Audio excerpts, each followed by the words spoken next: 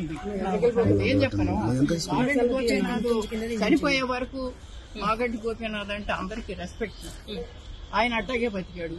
మేము ఎప్పుడు బయటకు రాలేదు. నేను ఎడ్యుకేటెడ్, మంచి చెడు అన్ని, నేను ఎప్పుడు బయటకు రాలేదు. అతను చచ్చిపోవటం కాదు, సావే ఒక మిస్టరీ చేశారు. ఏం జరిగింది చెప్పండి. ఇది అంతా మరి కేటీఆర్ గారి వల్లే జరిగిందని నేను జవాబు ఆయనే చెప్పాలి నాకు. ఎందుకంటే ఒక హాస్పిటల్లో ఉన్నాడు, చచ్చిపోయాడని కొంతమంది అంటున్నారు. చూడండి కూడా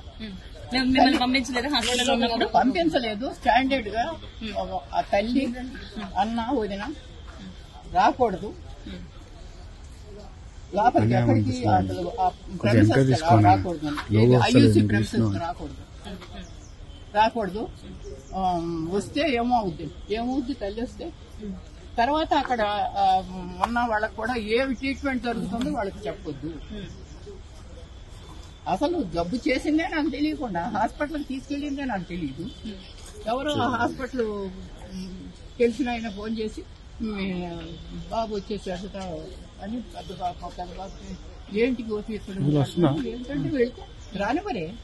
అలాగే ఇప్పుడు కూడా వాళ్ళ కొడుకుని కానీ మీరు ఎందుకు చనిపోయినప్పుడు ఎందుకు రాలేదని చెప్పి అయితే అడుగుతున్నారు. భార్య ఎందుకు రాలేదు, కొడుకు ఎందుకు రాలేదు, గోపీనాథ్ గారు చనిపోయినప్పుడు ఏ కారణం చేత వాళ్ళు రాలేదు.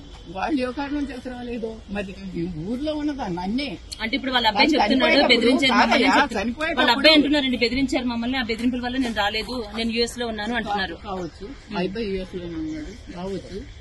ఎందుకంటే నేను ఇంట్లో ఇక్కడ పిల్లడు అక్కడ ఉండంగానే ఇంకా చనిపోయాడో లేదో తెలియదు, వెంటిలేటర్ లో ఉన్నాడు. ఒక్కసారి చూస్తానంటేనే నన్ను కన్న తల్లిని, ఆడికి 63 ఏళ్లు, నాకు 92 ఏళ్లు. ఏమ్మా చివరి దశలో ఇటువంటి బాధ వచ్చింది ఏంటి? పిల్లని చూస్తానంటే చూడలేకుండా చేసి 3 రోజులు మరి వెంటిలేటర్ లో అట్టు పెట్టారు. నాకేంటి డాక్టర్స్ రావచ్చమ్మా అంటే నాకు తెలియదు కదా, ఆశ అనమాట. వస్తున్నా అక్కడే పడినా. ఈ కేటీఆర్ గారు ఒకసారి వచ్చారు, వచ్చినప్పుడు అయ్యా నన్ను ఇటు రానివ్వట్లేదు కొంచెం చెప్పాయా అంటే గమ్మని తలుపు మూసుకుని వెళ్ళిపోయాడు. కానీ అయ్యో వస్తాను చూస్తాను ఏంటమ్మా అని మాట కూడా అడగదు ఆయన. వచ్చాడు, వచ్చి వాళ్ళతో మాట్లాడాడు పైకి వెళ్ళి. వాళ్ళు వేరే రూమ్ లో ఉన్నారు, అక్కడ పరిగెత్తారు. ఏంటంటే లిఫ్ట్ లో కేటీఆర్ ఉన్నారు, నేను కూడా ఆ లిఫ్ట్ లో ఉంటాను. అయ్యో ఏం చెప్తాను కొంచెం చూడనిస్తాడేమోనని ఆశమ్మ ఏం చేయదు ఆశతో పరిగెడితే ఆగమ్మ లోపలికి వెళ్ళి వస్తాను, లోపలికి వెళ్ళి ఇంకో దారి నుంచి